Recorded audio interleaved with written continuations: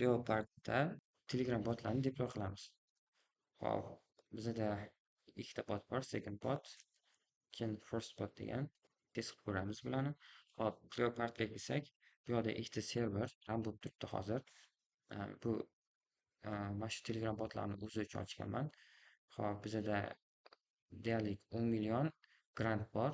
Server yaratish uchun VM yaratishga kirsak, bu yoqda kerakli narsalarni tanlaysizlar. Linux bo'lsin, Basic bo'lsin, CPU ni tanlaymiz, ikkita bo'lsin, RAM 4 ta bo'lsin. Bo'ldi. Hajmi esa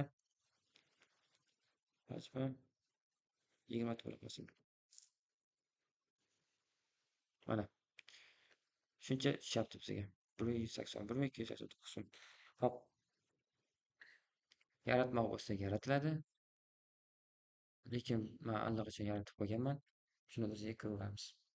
Bu uchun o'ziga kirish uchun sh root add ya'ni da mana shu manzilda mashmamiz enter bossak ichiga kiradi. Ichiga kirdi. ls ya'ni ichida nima bor ko'rmoqchimiz. Hop, endi hop, menda ikkita bot bor. Birinchisi bu. Hop, copy qilib olamiz. Git qilamiz. Clone bo'ldi. Ichida nima bor ekan? Gemini bot bor. Ichiga kirsak Gemini botni ichida Spotify main.py requirements.txt test.py bor.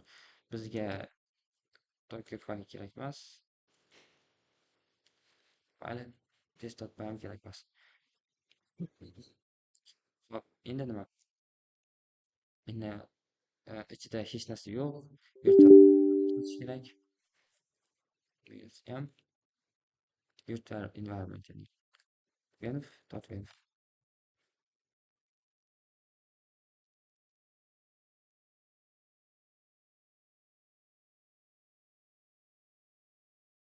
Hop, rm bu papkani o'chiraveradi. rm ls aytdim. Hop, endi bizada .venv fayli bor, muhiti bor, virtual muhit bor, ichiga kiramiz. Hop, bu Linux terminal bo'lgani uchun source.venv bin activate qilib muhitimizda. Windows boshqacha. Hop, endi nima qilamiz? Endi requirements.txt ichidagi hamma kutubxonadan o'tkazamiz.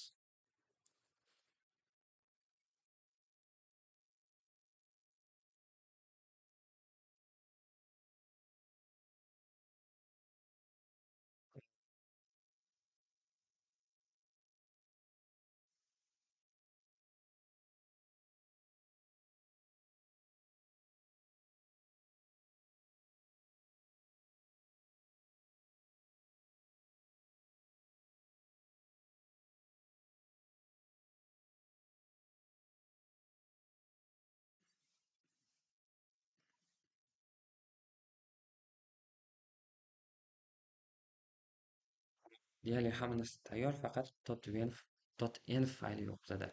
Uni create qilish uchun .nano.env ishini ochib beradi. Hop, men tokenlarni ko'rsatolmayman, shuning uchun video pauza qilib turaman. Hop, bu yerda Telegram tokenni turishi kerak. Keyin Gemini botni API ga turishi kerak. Boyingi bot o'zi qanaqa bot? Gemini'ni API keyni olib turib, xuddi ChatGPT bilan gaplashasizlar, Gemini bilan gaplashasizlar, xuddi shunga o'xshab Gemini chatbot. Hop, video pauza qilib turib, mana avval ko'rsataman. Xuddi shu vaziyatda API keylarni tokenlarni qo'yib, Ctrl X bosasizlar, so'raydi save qiling, ya'ni saqlaymi yoki yo'qmi? Ni bosasizlar, keyin enter bossanglar chiqib ketadi.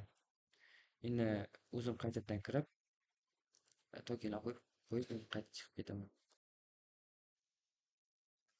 Qayta chiqdim.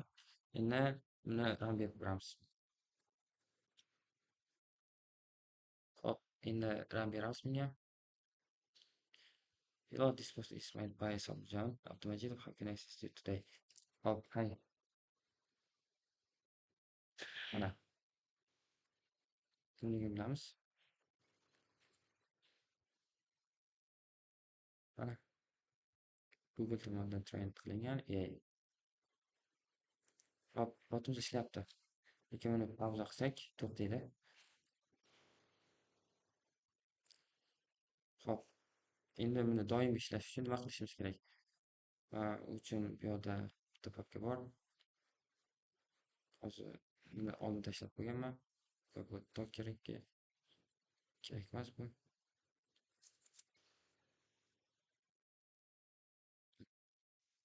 Misol uchun buni olamiz.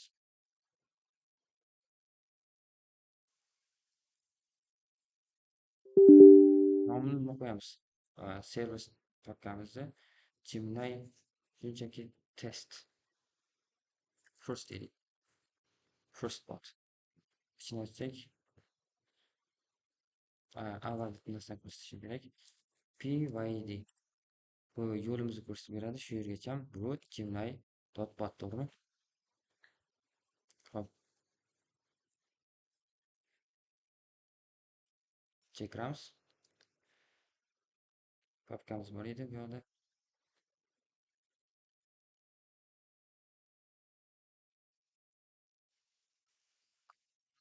WordPress qildik. Gemini.bot. Root hammasi joyida. Endi bu yoqda asosiy run bo'ladigan Python faylimizni yozib qo'yamiz. Bizda .py edi u. Hop, Ctrl X, yes. Okay. Endi nima qilamiz? Bu yerda komandalarimiz bor edi. Bizniki nima edi?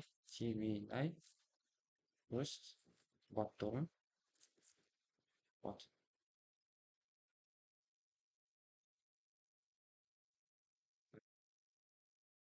Hammasini copy paste qilib tashlaymiz.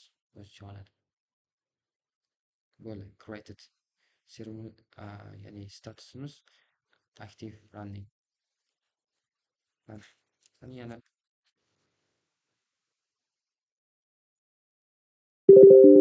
ancha qadashib ishladi. Oh,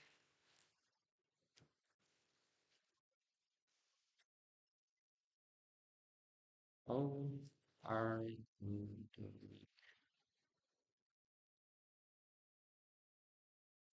hop, bo'ldi. Endi deactivate qilamiz. Bitta chiqib ketamiz bundan. Endi ls qilsak Gemini bot bor bizda faqat. Endi biz nima qilamiz? Ikkinchi botimizni tiklab qo'yishni boshlaymiz.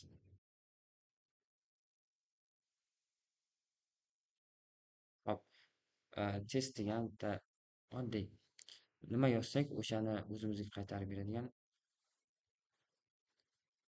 Hop, bizda u mana test.py. Hozir token bo'lishi mumkin. Uni o'chirib turishim kerak. Hop, tokenimiz bor. Mana nima yozsak o'zimizga qaytarib beradigan shunchaki oddiy bot. Misol tariqasida shunchaki uni test qilib ko'ramiz. Mana endi Linuxda shunaqa komandalardan bor. Bu Windowsda ham bo'lishi kerak. Mac'da, ya'ni papka yaratish Gemini bot yozilgan. Shunchaki biz second bot deb yozamiz. Ls second bot turibdi. Chekiramiz. Ls hech narsa yo'q. Endi nano shunchaki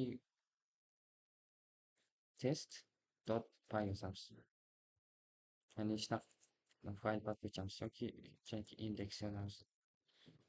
Ichini ochib beradi. Boyagi copy qilgan kodimizni tashlaymiz. Bu yoqda hozir botni nomini tokenini yozaman. Yana hozir turishim kerak.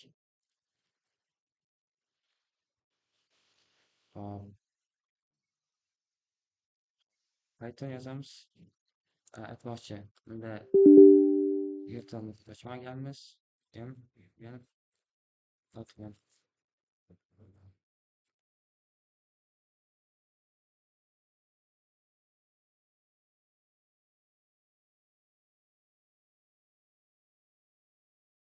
Hop, second bot hali yurmaydi.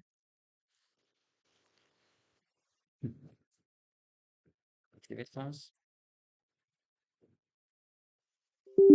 Activate bo'ldi. Endi run beramiz.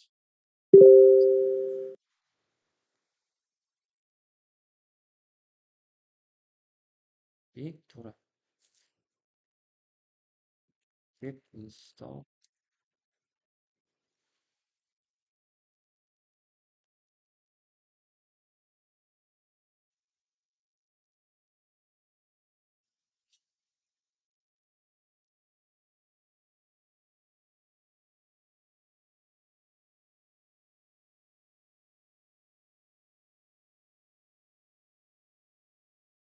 Bo'ldi. Endi run beramiz. Second botimiz himoyasi o'zimizga qaytarib berish kerak. Ishlashni boshladi endi. Bo'ldi. O'zimizga qaytaryapti. Hello Sobirjon. Okey. Buni ko'rsatamiz. Hech narsa qaytarmaydi. Boyagidek komandani yozamiz endi. Hop.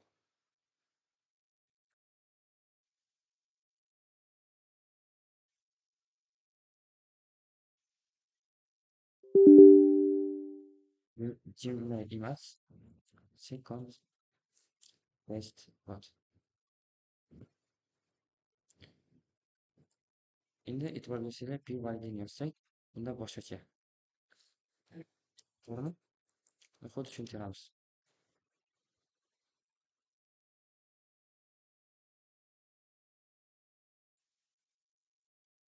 Root.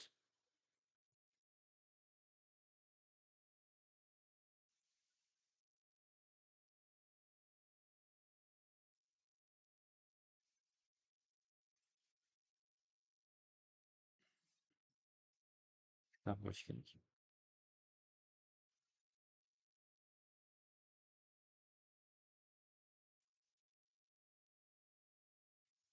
Second bot root. Endi bizaniki nima edi? Run bo'ladigan Python faylimiz index edi, to'g'rimi? O'shani yozamiz. Index.py. Endi description shunchaki test yozib qo'yamiz. Test x. Yes. Yes. Endi voy komandalarni qatorasiga tashlaymiz. Faqat nima? Bizniki second test bot.